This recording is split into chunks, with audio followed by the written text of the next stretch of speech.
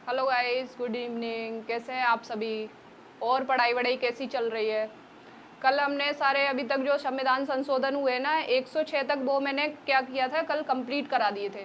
और आज हम क्या पढ़ेंगे, जो अभी तक यूपी पीसीएस में जो भी अनुच्छेद पूछे गए हैं ना, उनका एक जगह मैंने क्या कर दिया है, इनको कंपाइल कर दिया है। आज हम उनको पढ़ेंगे, क्योंकि अगर क्वेश्चन आया हुआ है वो आपसे गलत हो रहा है ना, तो फिर तो भाई आप फाइट से बाहर हो जाओगे।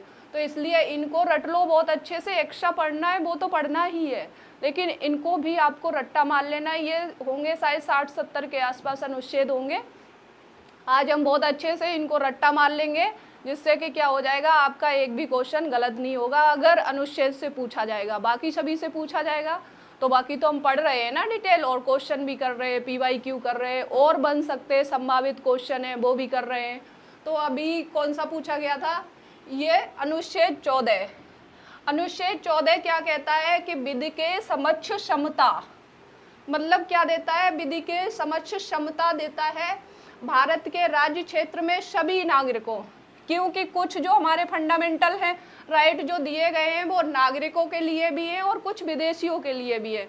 तो नागरिकों के लिए कौन कौन से फंडामेंटल राइट दिए गए हैं वो आपको पता होने चाहिए। वो कितने, 5 है, 15, 16, 19, 29 और 30।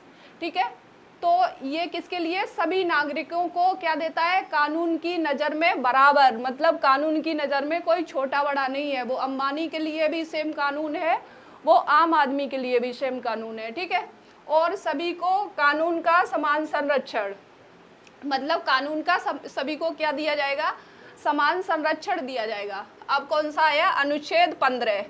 15 क्या कहता है, भेदभाव का प्रतिषेध।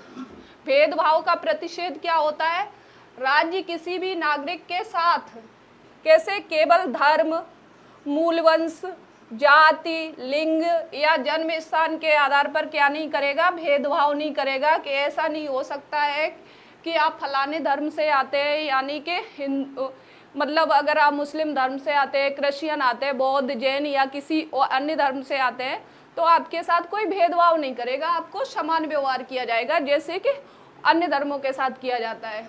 मूलवंश, आपका वंश क्या है, आपकी जाति क्या है, क्योंकि अभी बहुत सारा चल रहा है ना, अभी भी जो डिस्क्रिमिनेशन यानी कि भेदभाव अभी तक ज़मीनी स्तर पर यानी कि व्यवहार में अभी तक वो एग्जिस्ट करता है, वो अभी भी ख़त्म नहीं हुआ है। ठीक है, लिंग, आप महिला हैं, महिलाओं के साथ होता है कि अरे आप तो महिला हो, आप ऐसा काम नहीं कर सकती हो, या आप तो लड़की हो, आप ऐसा काम नहीं कर सकती हो।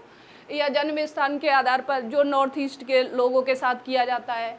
तो ये सब क्या करना है, 1 बाय 1 सारे अनुच्छेद महत्वपूर्ण है, इनको क्या कर लेना है, फिर कह रही हूँ रट्टा मार लेना है इनको। अब क्या आया, 16, लोक नियोजन में अफसर की क्षमता। मतलब क्या किया जाएगा, सरकारी नौकरी में सभी नागरिकों को क्या दिया जाएगा, समान अवसर दिया जाएगा। इसमें क्या है, अब अपवाद क्या है, जो संवैधानिक प्रावधानों में आरक्षण को छोड़कर, यानी कि जो आरक्षण दिया गया है ना उसको छोड़कर, उसको ऐसा नहीं कि कल को आप कहने लग जाओ कि भाई वो आरक्षण है, लेकिन ये तो आर्टिकल 16 तो कहता है कि सभी को क्या दिया जाएगा, समानता का अवसर दिया जाएगा। तो उसको क्या है कि ईडब्ल्यूएस को 10%, ओबीसी को कितना 27%, एससी को 17%। तो ये सारे जो आरक्षण दिए गए हैं वो इसके क्या हैं, अपवाद हैं। वो विशेष रूप से क्या किया गया है, हमारे संविधान में उनको जोड़ा गया है, यानी कि इंक्लूड किया गया है। अब कौन सा आर्टिकल आता है, आर्टिकल 17। ये क्या कहता है, अस्पृश्यता का अंत, यानी कि छुआछूत को पूर्णतः समाप्त कर दिया जाएगा, और इसका किसी भी रूप में आचरण करना दंडनीय अपराध है। अगर कोई व्यक्ति किसी व्यक्ति को क्या करता है, जाति सूचक गाली देता है, तो वो क्या कर सकता है, वो उसके नाम एफआईआर दर्ज कर सकता है, यानी कि SC/ST एक्ट भी लगा सकता है। ये कौन सा अनुच्छेद देता है, ये अधिकार अनुच्छेद 17। अब क्या आया, अनुच्छेद 19।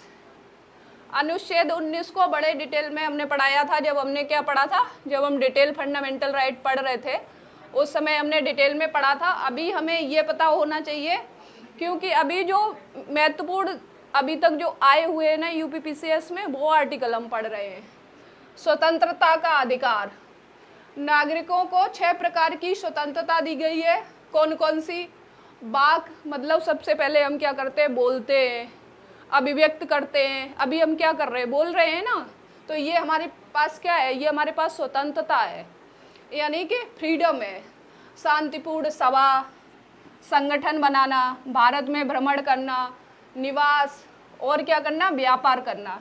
ये 6 प्रकार की क्या है, फ्रीडम हमें दी गई है। वो किस में दी गई है? आर्टिकल 19। और ये किसके लिए? ये नागरिकों के लिए, यानी कि जो भारत के लोग हैं उनके लिए है, ना कि विदेशियों के लिए। जैसे आर्टिकल 21 किसके लिए है? सबके लिए। बाकी जो 5 आर्टिकल के अलावा अन्य जो फंडामेंटल राइट हैं वो सबके लिए है। वो इंडियन हो सकता है, विदेशी हो सकता है, कोई भी व्यक्ति हो सकता है। अनुच्छेद 21, प्राण एवं दैहिक स्वतंत्रता। किसी भी व्यक्ति को उसके जीवन या व्यक्तिगत स्वतंत्रता से केवल विधि द्वारा स्थापित प्रक्रिया से ही वंचित किया जा सकता है। किसी व्यक्ति को उसकी व्यक्तिगत स्वतंत्रता से केवल कैसे? विधि द्वारा स्थापित प्रक्रिया से ही क्या किया जा सकता? वंचित किया जा सकता है। इसमें क्या आता है? Right to privacy. जो क्या आया था, पुट्टा स्वामी केस आया था, उसी में तो इसका जिक्र किया गया था, राइट टू प्राइवेसी का। तो इसमें अन्य और भी बाकी स्वतंत्रताएं दी जाती है, जैसे स्वच्छ पर्यावरण की, ठीक है, और किसकी? स्वच्छ पानी की, पानी, हवा सब आ जाता है इसमें। रहना, शादी करना, घूमना, सोना, विदेश जाना, ये सारी स्वतंत्रताएं किस में दी गई हैं? ये सारे फ्रीडम दिए गए हैं आर्टिकल 21 में। अब क्या आता है 21A, ये क्या है? शिक्षा का अधिकार। ये एक बात याद रख लेना है आपको, ये क्लॉज नहीं है, ये स्वतंत्र आर्टिकल है, क्योंकि इसको कोष्टक में नहीं लिखा गया है। तो इसमें क्या कहा गया है? ये कब लाया गया? 86वां संविधान संशोधन के द्वारा लाया गया। और इसमें क्या कहा गया है? 6 से 14 वर्ष के बच्चों के लिए निःशुल्क और अनिवार्य शिक्षा क्या बना दिया? ये फंडामेंटल राइट बना दिया। ये मैंने अभी जो बताया, ये भी याद होना चाहिए आपको बहुत अच्छे से, कि 86वां संविधान संशोधन द्वारा कब लाया गया? 86वां संविधान संशोधन द्वारा इसको लाया गया था। अब क्या आया? अनुच्छेद 22, ये क्या देता है? गिरफ्तारी से संरक्षण। गिरफ्तार किए हुए किसी व्यक्ति को क्या किया जाएगा? 24 घंटे के अंदर मजिस्ट्रेट के सामने पेश किया जाएगा, अनिवार्य है।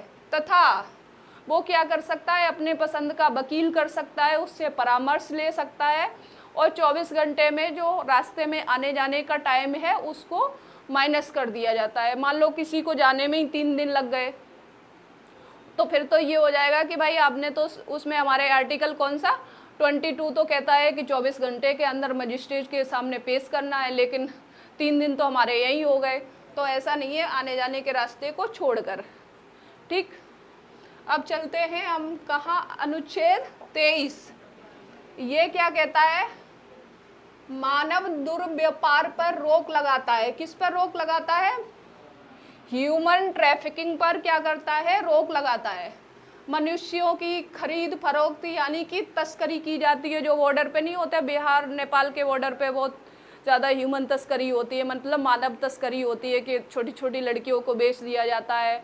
अभी एक एनजीओ भी चल रहा है, अभी बहुत सख्त जांच चल रही है वहाँ पे। दोनों एनजीओ हैं जो वो कोऑर्डिनेशन के साथ काम कर रहे हैं, जो नेपाल और बिहार के हैं। वो क्या करते हैं कि अगर कोई संदिग्ध लड़की उधर दिख रही है जाने के लिए, तो उससे पूरा एकदम गहन जांच पड़ताल करते हैं, पुलिस को अपने उस अंडर में लेके, मतलब पुलिस से भी कांटेक्ट करके, और वो क्या करते हैं? ऐसे लोगों को छुड़वाते भी हैं। ये बिहार और नेपाल बॉर्डर पे बहुत ज़्यादा होता है, क्योंकि वहाँ पे आना जाना है ना, बिहार के लोगों की शादियाँ वगैरह भी नेपाल में होती हैं, तो इसलिए वहाँ थोड़ा आना जाना आसान है, ट्रेन भी जाती है।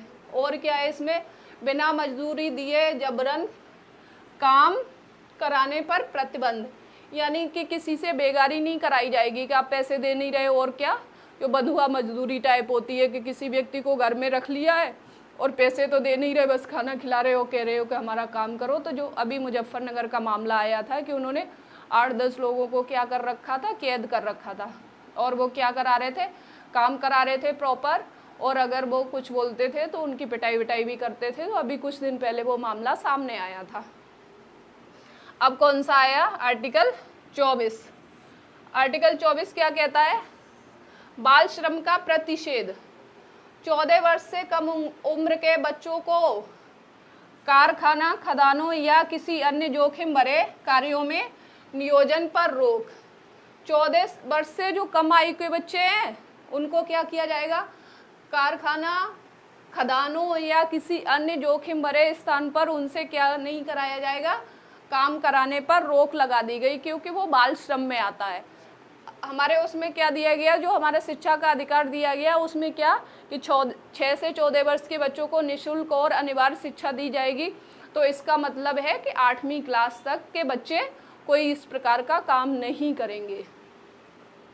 अब कौन सा आर्टिकल आया, 32, संवैधानिक उपचारों का अधिकार। मौलिक अधिकारों के हनन पर सीधे सुप्रीम कोर्ट जाने का अधिकार देता है।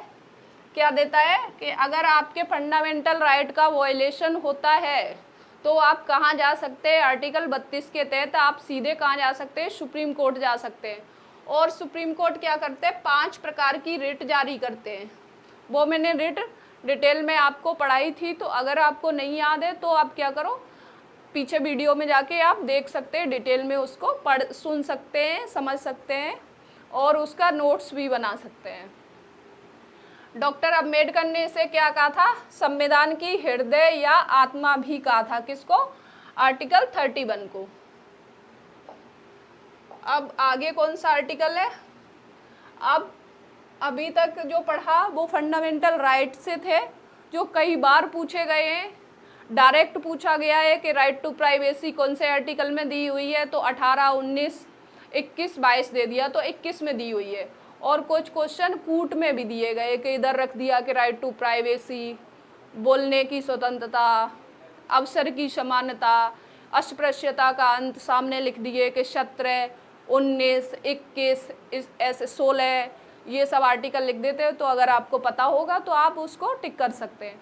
अब क्या, जो अभी तक डीपीएसपी से क्वेश्चन पूछे गए ना आर्टिकल से, वो दिया है जो स्टेटमेंट बेस्ड है ना। अगर आपको आर्टिकल तैयार है तो उसको भी आप सॉल्व कर सकते हैं। और अगर आपको ये अच्छे से तैयार मेंस में क्वेश्चन पूछा जाता है तो आप क्या करोगे, एक फैक्ट के तौर पे आर्टिकल को डाल दोगे तो क्या हो जाएगा, आपका आंसर ऑथेंटिक हो जाएगा कि हाँ बंदे को पता है, कि ये बच्चे को पता है कि ये क्या है, ये मतलब यहाँ से ये प्रमाणित करता है कि इस आर्टिकल में ये दिया गया है। तो इसके लिए भी जरूरी है, तो इसलिए क्या करो, इनको अच्छे से रट्टा मार लो। अनुच्छेद 39 ए, समान न्याय व निःशुल्क कानूनी सहायता। गरीबों और समाज के कमजोर वर्गों को मुफ्त कानूनी सहायता और समान न्याय सुनिश्चित करना, ये किस में दिया गया है, डीपीएसपी में दिया गया। और डीपीएसपी क्या है, राज्य का कर्तव्य है कि राज्य की मर्जी होगी तो करेंगे, नहीं मर्जी होगी, क्योंकि वो क्या कहते हैं, कल्याणकारी राज्य बनाने की बात करते हैं। कौन, डीपीएसपी। अब आया अनुच्छेद 40, ग्राम पंचायतों का संगठन। राज्य को ग्राम पंचायतों का गठन करने और उन्हें स्वायत्त शासन की इकाइयों के रूप में कार्य करने की शक्तियां देने का निर्देश देते हैं। क्या करते हैं, ये किससे है, जो 3 प्रकार के डीपीएसपी है ना, कौन सा, उदारवादी, गांधीवादी और कौन सा, समाजवादी। ठीक है, तो उसमें क्या है कि इसमें दिया गया गांधीवादी में ये है, ग्राम पंचायतों के संगठन की बात करते हैं, किसने की थी, गांधी जी ने। तो वो आर्टिकल कौन सा है, 40। अब आया 44, आर्टिकल 44, समान नागरिक संहिता, यूनिफॉर्म सिविल कोड। ये क्या कहता है, पूरे भारत के राज्य क्षेत्र में नागरिकों के लिए क्या होगा, एक समान नागरिक संहिता होगी, लागू करने का प्रयास किया जाएगा। जो सब पहले कहाँ थी, गोवा में थी, अब किसने लागू कर दी है, अभी कुछ 1-2 साल पहले किसने कर दी, उत्तराखंड ने भी क्या समान नागरिक संहिता लागू कर दिया अपने स्टेट में। अब कौन सा आया आर्टिकल 45, ये क्या कहता है, बाल्यावस्था की देखरेख व शिक्षा। आर्टिकल 45 भी शिक्षा की बात करता है, लेकिन कौन सी शिक्षा की बात करता है, 6 वर्ष से कम आयु के बच्चों को क्या करेगा, ये शुरुआती देखरेख और उनकी शिक्षा का प्रबंध करने का प्रयास करता है। क्या करता है, जो अर्ली चाइल्ड केयर एजुकेशन की बात करता है, जो अभी यूपी में चल रहा है, ECCE जो प्रोग्राम चल रहा है, उसमें क्या हो रही, भर्तियां भी हो रही हैं, शायद उनको संविदा पे उनको रखा जाएगा। तो वो क्या है, ये आर्टिकल 45 में दिया गया है, ये उसी की बात करता है कि जो 6 साल से कम आयु के बच्चे हैं, यानी कि प्री स्कूल वाले जो बच्चे हैं, जो आंगनवाड़ी में जाते हैं, वो बच्चे। अब क्या आया, आर्टिकल 48 कृषि एवं पशुपालन, किसकी बात करता है, 48 कृषि और पशुपालन, और 48A किसकी बात करता है, 48A कहता है पर्यावरण की सुरक्षा के बारे में बात करता है। कृषि और पशुपालन को आधुनिक और वैज्ञानिक प्रणालियों से संगठित करना, गायों और दुधारू मवेशियों का वध पर रोक, यानी कि इनका क्या नहीं करा जाएगा, इनको काटा नहीं जाएगा, यानी कि इनको वध नहीं किया जाएगा, वो कौन कहता है, आर्टिकल 48 कहता है। चलो अब क्या आया, कार्यपालिका, इसमें कौन कौन कहाँ से पूछे गए, राष्ट्रपति, उपराष्ट्रपति, PM और राज्यपाल। यहाँ से महत्वपूर्ण आर्टिकल है जो अभी तक आ चुके हैं PYQ में, बाकी महत्वपूर्ण और भी है, लेकिन ये हम कौन से कर रहे हैं, जो PYQ में आए। 52 अनुच्छेद 52 क्या कहता है, भारत का राष्ट्रपति होगा, भारत का एक राष्ट्रपति होगा, जो क्या होता है, राष्ट्रपति संवैधानिक प्रथम होता है और प्रथम नागरिक होता है। प्रथम नागरिक का मतलब ये नहीं है कि 140-42 करोड़ की आबादी में वो सबसे पहले नंबर पे आते हैं, ऐसा नहीं, प्रोटोकॉल में वो सबसे पहले नंबर पे आते हैं। अगर राष्ट्रपति महोदय यानी कि मुर्मू जी कहीं आई हुई हैं, तो मोदी जी को भी खड़ा होना पड़ेगा उनके लिए, ये प्रोटोकॉल है, ठीक है। अब क्या आया, अनुच्छेद 54 राष्ट्रपति का निर्वाचन। राष्ट्रपति के चुनाव में संसद के दोनों सदनों के कौन निर्वाचित सदस्य, दोनों सदन कौन कौन से हैं, लोकसभा और राज्यसभा, और विधानसभाओं के निर्वाचित सदस्य, मतलब लोकसभा और राज्यसभा, और राज्य की जो विधानसभाएं हैं, क्योंकि विधान परिषद पूरे जो 28 राज्य है उनमें नहीं है, केवल 6 राज्यों में है, इसलिए विधान परिषद के सदस्यों को नहीं लिया गया है। और किसको लिया गया है, दिल्ली, पौंडीचेरी और जम्मू एंड कश्मीर, क्योंकि इन 3 केंद्र शासित प्रदेशों में भी क्या है, विधानमंडल है, तो इसलिए उनके निर्वाचित सदस्यों को भी इसमें लिया गया है।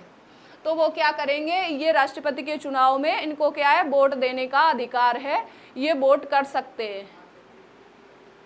अब कौन सा आया, अनुच्छेद 61 राष्ट्रपति पर महाभियोग, किस प्रकार से महाभियोग लगाया जाएगा, इसमें क्या दिया है, राष्ट्रपति पर महाभियोग की प्रक्रिया की बात करता है, कौन सा, आर्टिकल 61। और आर्टिकल 56 क्या कहता है कि राष्ट्रपति पर क्या चलाया जाएगा, महाभियोग चलाया जाएगा। वो उसकी भी और भी बहुत सारी बातें करता है, लेकिन वो ये भी कहता है कि राष्ट्रपति पर महाभियोग चलाया जाएगा, लेकिन उसकी प्रक्रिया क्या होगी चलाने का, कैसे कि 2/3 मेंबर होंगे, विशेष बहुमत से पास करना पड़ेगा, एक सदन में, किसी भी सदन में ला सकते हैं, जरूरी नहीं है कि वो लोकसभा में लाया जाए या राज्यसभा में, किसी भी सदन में। अगर प्रथम सदन में जिसमें पहले लाया गया, मान लो लोकसभा में लाया गया कि राष्ट्रपति ने क्या किया है, एक ही आधार पर लगाया जाएगा, संविधान का उल्लंघन करने पर, और क्या हुआ है, वहां से दोष सिद्ध हो गया कि वो उन्होंने क्या किया है, कि हाँ उन्होंने किया है संविधान का उल्लंघन, तो 2/3 मेजोरिटी से वहां से पास कराएंगे। फिर क्या करेंगे, राज्यसभा में ले जाएंगे, वहां भी वो देखेंगे, वहां से भी 2/3 मेजोरिटी से पास करेंगे। और क्या करना पड़ेगा, राष्ट्रपति को 14 दिन पहले क्या सूचना देनी पड़ेगी कि अच्छा आपने क्या किया, आप पर महाभियोग चलाया जाएगा। और वहाँ पे राष्ट्रपति क्या कर सकते हैं, वो उपस्थित स्वयं हो सकते हैं या अपने किसी अधीनस्थ को भी भेज सकते हैं अपना पक्ष रखने के लिए। ऐसा नहीं है कि बिना सुनवाई किए उनको क्या कर दिया जाए, महाभियोग प्रक्रिया के तहत हटा दिया जाए। तो ये कौन सा आर्टिकल कहता है, आर्टिकल 61। अब कौन सा आर्टिकल आया, 67B, 67 का क्लॉज बी। ये क्या कहता है, उपराष्ट्रपति को पद से हटाना। मतलब उपराष्ट्रपति को पद से कैसे हटाया जाएगा, उपराष्ट्रपति को राज्यसभा के संकल्प द्वारा क्या किया जाएगा, पद से हटाने की विशेष प्रक्रिया है। इसमें राज्यसभा की बात क्यों की गई है, क्योंकि उपराष्ट्रपति कौन होते हैं, राज्यसभा के पदेन सभापति होते हैं। राष्ट्रपति के जो योग्यता है वो क्या होती है, वो भारत के नागरिक होना चाहिए, उनकी 35 वर्ष की उम्र होनी चाहिए, लाभ के पद पर नहीं होने चाहिए, और क्या होना चाहिए, वो लोकसभा के सदस्य बनने की योग्यता रखते हो। लेकिन उपराष्ट्रपति किसकी योग्यता रखते हो, वो राज्यसभा के सदस्य बनने की योग्यता रखते हो, क्योंकि इनको क्या, वो पदेन सभापति होते हैं, किसके, उपराष्ट्रपति राज्यसभा के पदेन सभापति हो जाते हैं। और ये क्या करते हैं, अगर राष्ट्रपति उस समय मतलब किसी कार्यवश अपने पद पर मौजूद नहीं है तो क्या करेंगे, इनको कार्यवाहक राष्ट्रपति भी बनाया जाता है। किसको, उपराष्ट्रपति को। और राष्ट्रपति अपना किसको देंगे, इस्तीफा किसको देंगे, अगर त्याग पत्र देना चाहते हैं तो राष्ट्रपति उपराष्ट्रपति को देंगे और उपराष्ट्रपति राष्ट्रपति को देंगे। राष्ट्रपति के पास क्या है, क्षमादान की शक्ति। राष्ट्रपति किसी भी दंडित व्यक्ति को सजा कम करने, निलंबित करने या पूर्ण क्षमा करने या मृत्युदंड यानी कि डेथ सेंटेंस उनको दिया गया है, उनको भी समाप्त कर सकते हैं। यानी कि किसी भी दोषी व्यक्ति को अगर राष्ट्रपति चाहें तो पूरी तरीके से माफ़ कर सकते हैं कि इन्होंने कोई गुनाह नहीं किया है। ये अधिकार किसके पास है, केवल राष्ट्रपति के पास है। लेकिन ये कैसे करते हैं, अपनी मर्जी से नहीं करते, ये मंत्रिपरिषद की सलाह पर करते हैं, क्योंकि सारे कार्य ये प्रधानमंत्री और मंत्रिपरिषद की सलाह पर ही करते हैं। अब कौन सा आया, आर्टिकल 74। ये क्या कहता है कि मंत्रिपरिषद की सलाह राष्ट्रपति को उनके कार्यों में सहायता एवं सलाह देने के लिए, अगर किसी को माफ़ करेंगे ना तो आर्टिकल 74 कहता है कि ये क्या करेंगे, राष्ट्रपति मंत्रिपरिषद से क्या करेंगे, सलाह लेंगे। देने के लिए प्रधानमंत्री की अध्यक्षता में एक मंत्रिपरिषद होगी। मतलब अकेले तो काम कर नहीं सकते, बहुत सारे काम है ना, तो क्या होगा, प्रधानमंत्री महोदय कहेंगे कि एक मंत्रिपरिषद, इतने लोगों के एक मंत्रिपरिषद का गठन करते हैं और उसमें क्या होगा कि वो आपको काम करने के लिए सलाह देगा, क्योंकि वास्तविक प्रमुख तो कौन होता है, प्रधानमंत्री ही होता है। राष्ट्रपति तो कौन होते हैं, संवैधानिक प्रमुख होते हैं। ये सारे डिटेल्स हमने कब पढ़ाए, जब हम डिटेल में राष्ट्रपति को पढ़ रहे थे, उस समय हम पढ़ चुके हैं, तो इसलिए जो लग रहा है कि इस चीज़ को बता देना चाहिए तो वो बता दे रहे हैं। अब आया आर्टिकल 75। ये क्या कहता है, मंत्रियों की नियुक्ति। प्रधानमंत्री की नियुक्ति राष्ट्रपति करेंगे तथा अन्य मंत्रियों की नियुक्ति कौन करेगा, राष्ट्रपति की, मतलब प्रधानमंत्री की सलाह पर राष्ट्रपति करेंगे। जो मतलब मंत्रिपरिषद की नियुक्ति, उसमें जो मंत्री होंगे वो किसकी सलाह पर करेंगे, क्योंकि प्रधानमंत्री बने हैं तो उनके जो चाहेंगे उन्हीं को तो मंत्री बनाएंगे, अपने फेवर के व्यक्तियों को, किसी ऐसे ही को नहीं बना देंगे ना।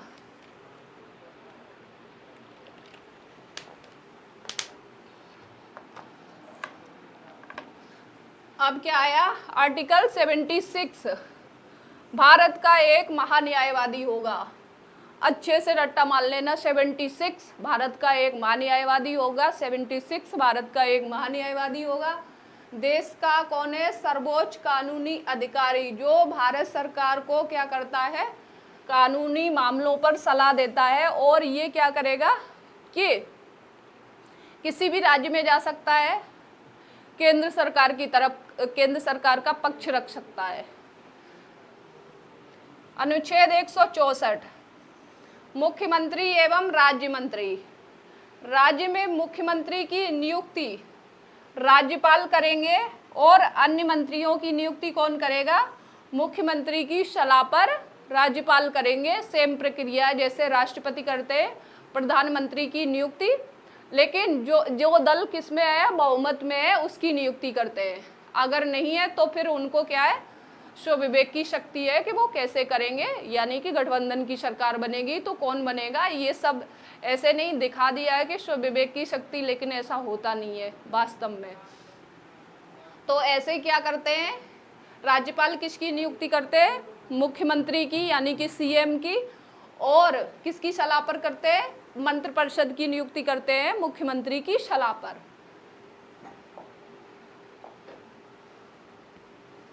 अब आया संसद एवं विधानमंडल, पार्लियामेंट एंड स्टेट लेजिस्लेचर। इसमें आर्टिकल 109 धन विधेयक के संबंध में प्रक्रिया। आर्टिकल 108 के किसकी बात करता है, संयुक्त बैठक बुलाने की, ये भी याद रख लेना। अब 9 क्या करता है, धन विधेयक के संबंध में प्रक्रिया। धन विधेयक केवल कहाँ प्रस्तुत किया जाएगा, लोकसभा में प्रस्तुत किया जाएगा, और ये धन विधेयक है या नहीं इसका अंतिम निर्णय किसके पास होगा, यानी कि ओम बिरला जी करेंगे कि ये धन विधेयक है या नहीं, क्योंकि लोकसभा स्पीकर के पास ही ये अधिकार है। राज्यसभा इसे कितने दिन तक रोक सकती है, अधिकतम 14 दिन तक, क्योंकि राज्यसभा का बहुत कोई रोल होता नहीं है किसमें, धन विधेयक में। अनुच्छेद 110 धन विधेयक की परिभाषा। धन विधेयक यानी मनी बिल की स्पष्ट परिभाषा तथा शर्तें। कोई विधेयक धन विधेयक है या नहीं इसका अंतिम निर्णय जो अभी मैंने बताया कौन करेगा, लोकसभा स्पीकर यानी कि ओम बिरला साहब करेंगे कि ये धन विधेयक है या नहीं। ये किस आर्टिकल में दिया गया है, आर्टिकल 110 में दिया गया है। 112 क्या कहता है, वार्षिक वित्तीय विवरण यानी कि बजट, जो बजट के बारे में, लेकिन हमारे संविधान में बजट शब्द का उल्लेख नहीं किया गया है। उसमें लिखा गया है कि प्रत्येक वित्तीय वर्ष के लिए क्या होगा, भारत सरकार की एक अनुमानित प्राप्तियां और व्यय का क्या होगा, विवरण। संसदीय भाषा में इसे क्या कहते हैं, बजट कहते हैं। लेकिन बजट शब्द का अगर क्वेश्चन पूछ लिया जाए कि बजट शब्द का उल्लेख संविधान में भी दिया गया है, तो ये स्टेटमेंट गलत हो जाएगा, क्योंकि बजट शब्द का उल्लेख संविधान में नहीं किया गया है। अब आया अनुच्छेद 117। अनुच्छेद 117 क्या कहता है, वित्त विधेयक के प्रावधान। इसमें क्या है,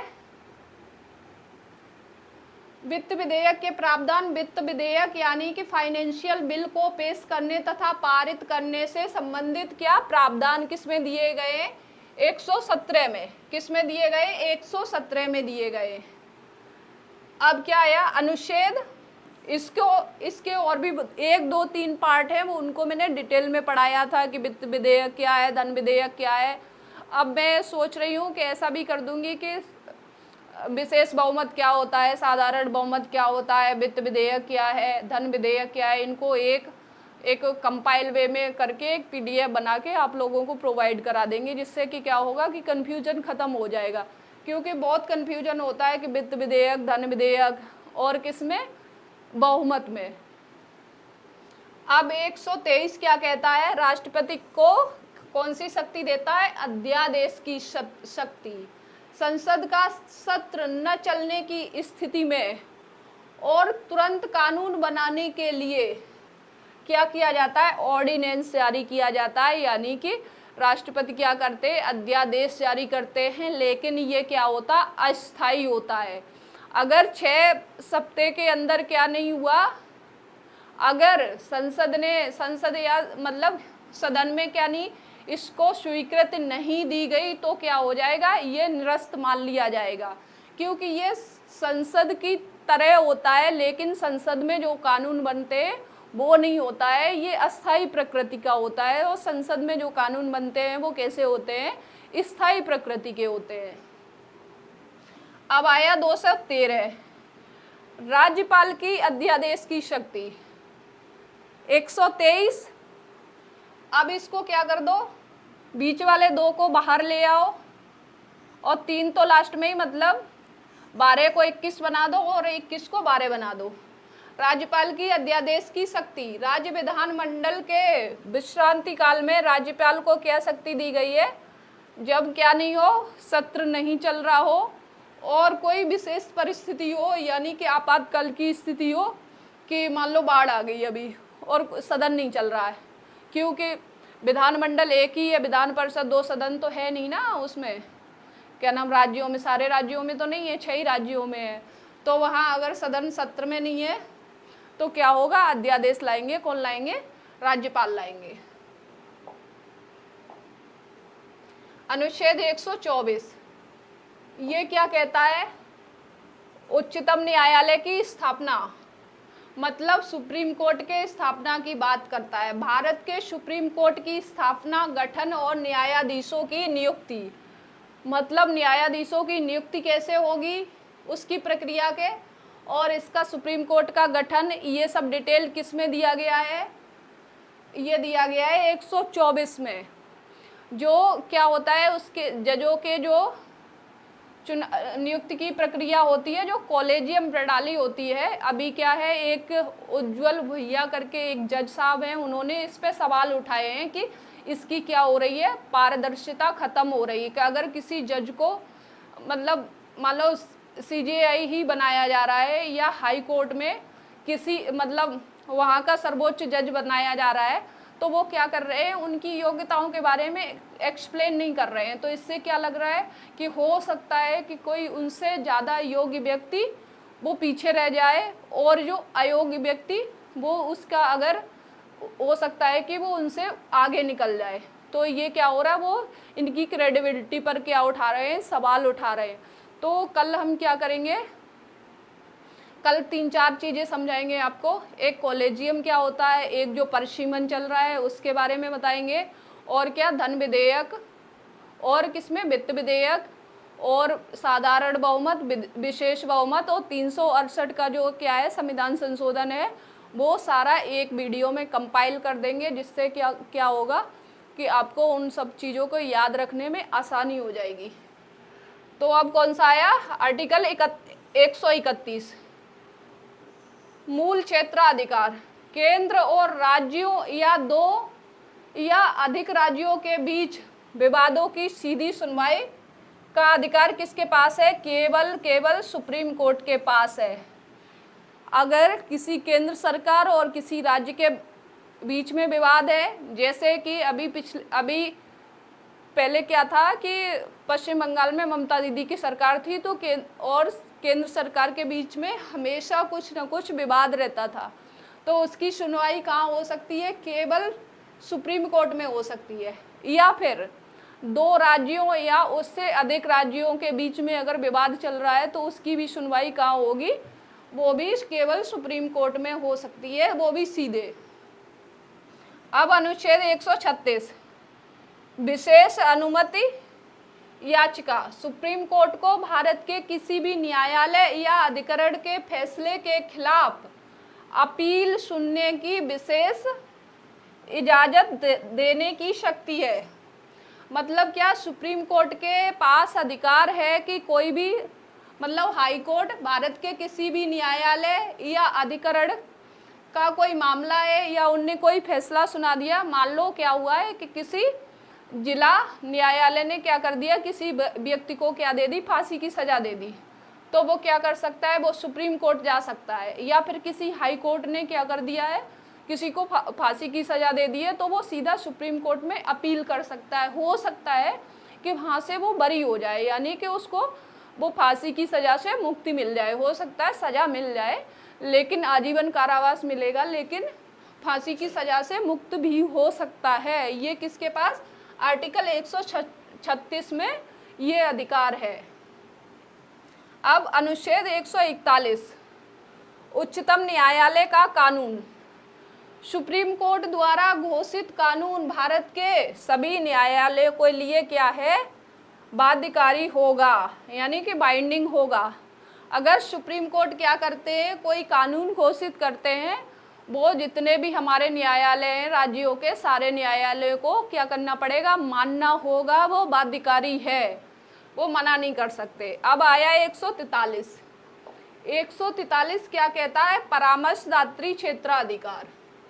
ये क्या कहता है, राष्ट्रपति सार्वजनिक महत्व के किसी भी कानूनी प्रश्न पर, मतलब सार्वजनिक हित का कोई कानूनी प्रश्न है, उस पर क्या कर सकते हैं, सुप्रीम कोर्ट से राय या सलाह मांग सकते हैं। लेकिन सुप्रीम कोर्ट ने सलाह दे दी, राष्ट्रपति उसको मानने के लिए बाध्य नहीं है, और क्या नहीं है, और सुप्रीम कोर्ट के जज साहिब भी क्या नहीं है, देने के लिए बाध्य नहीं है।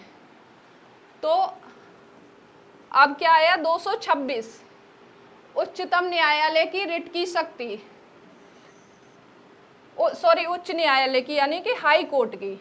32 के तहत का है, सुप्रीम कोर्ट में क्या है, रिट की शक्ति है और जाने की शक्ति है, और 226 के तहत हाई कोर्ट में जाने की शक्ति। हाई कोर्ट को मूल अधिकारों तथा अन्य कानूनी अधिकारों को लागू कराने के लिए 5 प्रकार की रिट जारी करते हैं। इसका यहाँ पे हाई कोर्ट का क्षेत्राधिकार अधिक बड़ा है। क्यों अधिक है, क्योंकि आर्टिकल 32 में क्या कहा गया है, आर्टिकल 32 में केवल फंडामेंटल राइट के वायलेशन पर डायरेक्ट आप कहाँ जा सकते हैं, डायरेक्ट जा सकते हैं सुप्रीम कोर्ट। लेकिन इसमें क्या क्या आ गया है कि मूल अधिकारों तथा अन्य कानूनी अधिकारों को लागू कराने के लिए, तो इसका क्षेत्राधिकार बड़ा हो गया ना, अधिक हो गया ना। तो इसलिए यहाँ पे किसका अधिकार बड़ा है, अगर क्वेश्चन पूछा जाता है कि सुप्रीम कोर्ट का क्षेत्राधिकार बड़ा है और हाई कोर्ट का क्षेत्राधिकार छोटा है, तो ये नहीं है, यहाँ पे कंफ्यूज मत होना आप, तो वो क्वेश्चन गलत हो जाएगा, वो स्टेटमेंट गलत हो जाएगा। बहुत बार आयोग ऐसे करता भी है। अनुच्छेद 227, अधीक्षण की शक्ति। उच्च न्यायालय को अपने क्षेत्राधिकार के अंतर्गत आने वाले सभी अधीनस्थ न्यायालयों पर नियंत्रण और निरीक्षण करने का अधिकार। क्या है, उच्च न्यायालय मतलब हाई कोर्ट को जो क्षेत्रीय न्यायालय हैं उन पर क्या कर, और उसके अंतर्गत क्षेत्रीय या क्या अधीनस्थ न्यायालय, वो उन पे क्या करेगा, कंट्रोल करेगा और उनका क्या करेगा, ऑब्जर्वेशन करेगा कि हाँ ये ठीक से काम कर रहे हैं, या तो कुछ ऐसा तो नहीं है कि किसी के पक्षपात में काम कर रहे हो या किसी के साथ भेदभाव कर रहे हो। ये कौन करेगा, ये करेगा हाई कोर्ट। अब कौन सा आया, केंद्र राज्य संबंध, वित्त मनी यानी कि आपातकाल, इमरजेंसी, ये सब इतने आर्टिकल और बचे हैं जो अभी तक पूछे गए हैं। तो इसमें कौन सा है, 245 से 249, विधायी शक्तियों का विभाजन, केंद्र और राज्यों के बीच शक्तियों का बंटवारा, यानी कि संघ सूची, राज्य सूची, समवर्ती सूची, एवं राष्ट्रीय हित में क्या, संसद द्वारा राज्य सूची पर कानून बनाने का अधिकार। मतलब 3 सूचियां है ना, संघ सूची, राज्य सूची, समवर्ती सूची। तो इस पे क्या, संसद द्वारा राज्य सूची पर कानून बनाने का अधिकार भी है। किसमें, कभी जैसे इमरजेंसी लगी हुई है, राष्ट्रीय आपातकाल लगा हुआ है, तो राज्य सूची पर भी कानून कौन बनाएगा, केंद्र सरकार ही बनाएगी। उस समय क्या हो जाता है, एकात्मक शासन लागू हो जाता है। वैसे तो कैसी है, अर्धसंघीय व्यवस्था है ना भारत की, लेकिन उस समय कैसी हो जाती है, एकात्मक व्यवस्था हो जाती है। कब, आपातकाल के समय। आर्टिकल 263, अंतर्राज्यीय परिषद, राज्यों के मध्य बेहतर संबंध एवं विवादों के समाधान हेतु अंतर्राज्यीय परिषद यानी कि इंटर स्टेट काउंसिल का क्या किया जाएगा, गठन किया जाएगा। ये बहुत अच्छे से रट लेना। 263। अब कौन सा आया, 266, संचित निधि, कंसोलिडेटेड फंड ऑफ इंडिया, सरकार की सभी प्राप्तियां और भुगतानों का क्या है, मुख्य कोष है। मतलब सरकार को कहाँ से धन प्राप्त होगा, कहाँ भुगतान, कहाँ से ऋण लिया है तो उसका ब्याज दिया जाएगा, या किसका ऋण चुकाना है, वो सारे सबका क्या है, ये मुख्य कोष है। संसद की पूर्व स्वीकृति के बिना इससे धन नहीं निकाला जा सकता है, यानी कि संसद की स्वीकृति अनिवार्य है, उसके बिना क्या नहीं होगा, इससे कंसोलिडेटेड फंड ऑफ इंडिया से क्या नहीं निकाला जाएगा, धन नहीं निकाल सकते हैं। अब कौन सा है अनुच्छेद 267, आकस्मिक निधि। अप्रत्याशित आपातकालीन खर्चों को पूरा करने के लिए राष्ट्रपति के अधीन रखा गया कोष, यानी कि कंटिजेंसी फंड। मतलब क्या है, एक तो आपातकाल के समय क्या कर सकते हैं, मतलब अचानक से बाढ़ आ गई या कुछ हो गया, उस समय ऑर्डिनेंस ला सकते हैं राष्ट्रपति। और ये क्या है, आकस्मिक निधि, ठीक है। आपातकालीन खर्चों को पूरा करने के लिए क्या है, ये कोष बनाया गया है, इसको क्या बोलते हैं, आकस्मिकता निधि। मतलब कोई अचानक से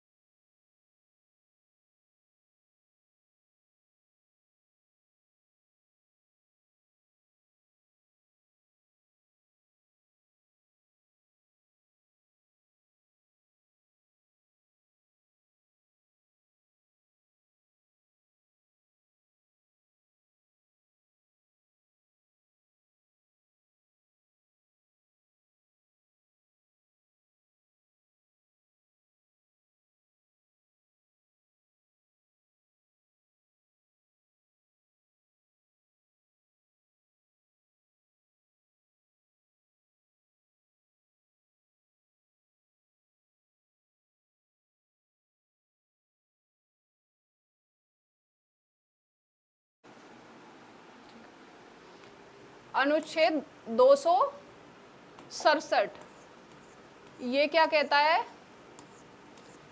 आकस्मिकता निधि, यानी कि मतलब आपातकालीन खर्च को पूरा करने के लिए राष्ट्रपति के अधीन इसको क्या किया गया है, इसको रखा गया है। मतलब जो खर्चे ऐसे हैं कि अप्रत्याशित है, वो कभी आ गए, मतलब आपातकाल की तो कुछ पता नहीं होता है ना, वो तो कभी भी आ सकता है। तो वो किस में रखा गया? 267 में। ये क्या कहता है? आकस्मिकता निधि, यानी कि कंटिजेंसी फंड की बात करता है। अब कौन सा आया? अनुच्छेद 280 फाइनेंस कमीशन, वित्त आयोग। प्रत्येक 5 वर्ष में क्या होता है? केंद्र और राज्यों के बीच टैक्स का जो बंटवारा होता है उसके लिए कौन गठित करता है? राष्ट्रपति एक वित्त आयोग का गठन करते हैं। कौन करता है? राष्ट्रपति करते हैं। इसका जो टैक्स सिस्टम है, कुछ राज्य के टैक्स होते हैं, उनको कौन वसूलता? कौन है? वो वसूलती है केंद्र सरकार। तो उसमें क्या करते हैं, क्योंकि राज्य के बहुत सारे खर्चे होते हैं, बहुत सारे राज्यों के पास इतने इनकम के सोर्स नहीं होते हैं, तो वो हर राज्य में तो खनन वगैरह नहीं है जहाँ से ज़्यादा इनकम होती है, तो कुछ राज्य छोटे भी है तो उनकी उतनी इनकम नहीं है, तो उनके कुछ टैक्स जो केंद्र सरकार के पास चले जाते हैं, वो क्या करते हैं, वो फिर उनका बंटवारा किया जाता है कि ये आपके हिस्से के, वो हम आपको वापस दे देते हैं। वो कौन करता है? वित्त आयोग का गठन किया जाता है। और वित्त आयोग क्या है? ये कॉन्स्टिट्यूशनल बॉडी है, यानी कि संवैधानिक निकाय है। ये भी याद रख लेना, यहाँ से भी क्वेश्चन बनता है। अब क्या आया? अनुच्छेद 300A संपत्ति का अधिकार। 44वें संविधान संशोधन द्वारा इसे मौलिक अधिकार की श्रेणी से हटाकर, कब? 44वें संविधान संशोधन 1978 में इसको क्या कर दिया गया? पहले ये क्या था? मौलिक अधिकार था। अब इसको क्या बना दिया गया? लीगल राइट, यानी कि कानूनी अधिकार या विधिक अधिकार इसको बना दिया गया है। और कौन से आर्टिकल में इसको रख दिया गया है? 300A में। और 300A क्या है? ये एक स्वतंत्र आर्टिकल है। अब क्या आया? 352 राष्ट्रीय आपातकाल। युद्ध, बाह्य आक्रमण या सशस्त्र विद्रोह की स्थिति में क्या होगा? पूरे देश या किसी भाग में क्या लगाया जा सकता है? राष्ट्रीय आपातकाल लगाया जा सकता है। सशस्त्र विद्रोह शब्द कब आया? 44वें संविधान संशोधन 1978 में इसको लाया गया था, क्योंकि 1975 में जो इमरजेंसी लगाई गई थी वो आंतरिक अशांति के आधार पर लगाई गई थी। तो अब क्या कर दिया, और इसमें क्या एक प्रावधान और जोड़ दिया गया कि मंत्रिमंडल यानी कि कैबिनेट की लिखित सिफारिश पर ही राष्ट्रपति क्या करेंगे? राष्ट्रीय आपातकाल लगाएंगे। ऐसा नहीं है कि मतलब 4 लोगों ने कह दिया कि नहीं नहीं राष्ट्रपति वो आपातकाल लगा दो, स्थितियाँ खराब हैं, तो ऐसा नहीं होगा। लिखित में देना पड़ेगा कि हाँ एक्चुअल में ये प्रॉब्लम है या नहीं। अब आया अनुच्छेद 356 राष्ट्रपति शासन, स्टेट इमरजेंसी।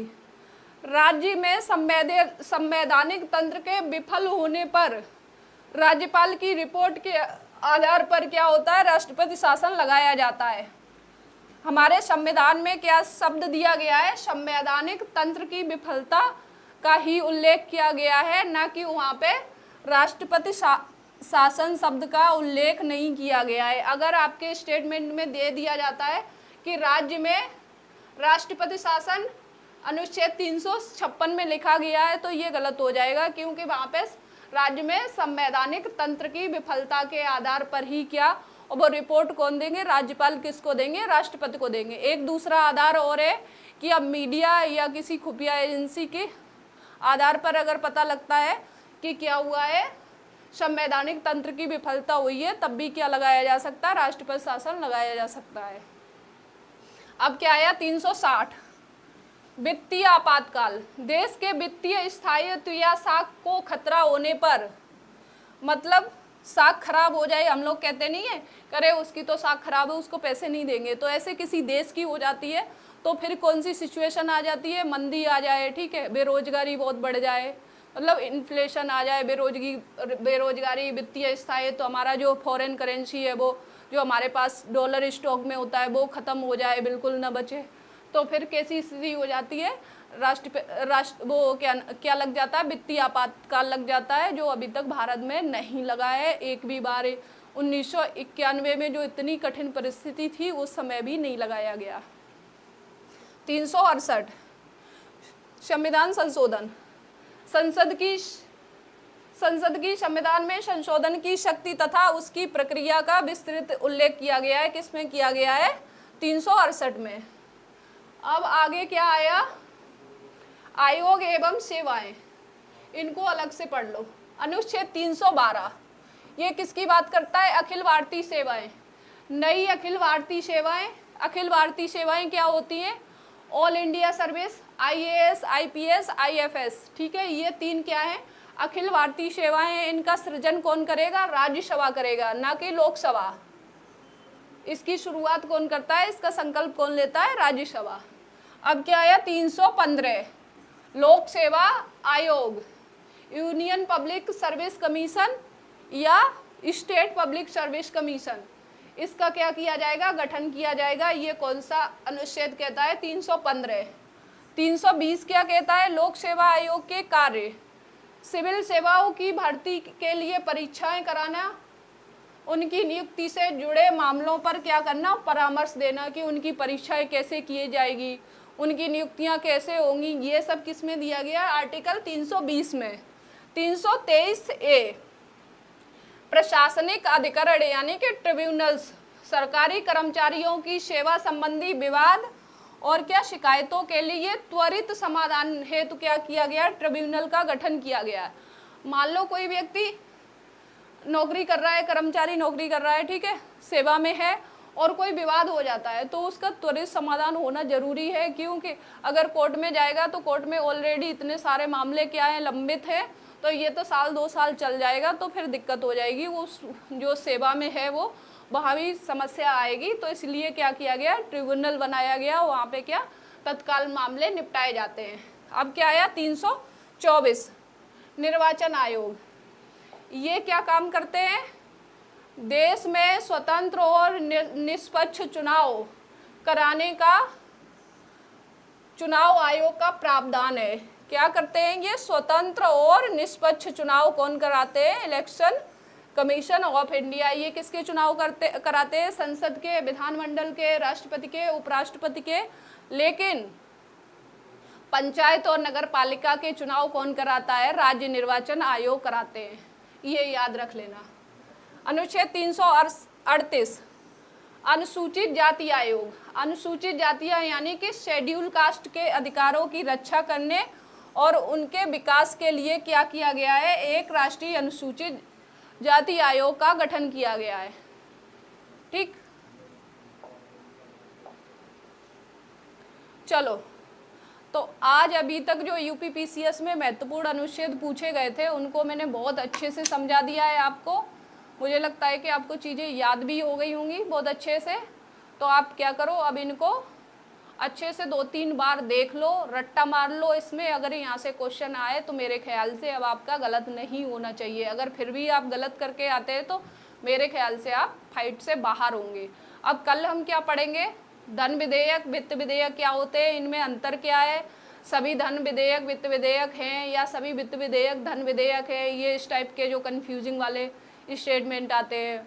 और साधारण बहुमत क्या होते हैं, विशेष बहुमत क्या होते हैं, 368 का संविधान संशोधन, और क्या करेंगे? कॉलेजियम। ये 5-6 चीज़ें कल हम पढ़ेंगे। एक जगह पूरी PDF भी बना देंगे और एक वीडियो में सारा कुछ कंपाइल कर देंगे। तो आज के लिए इतना ही, धन्यवाद।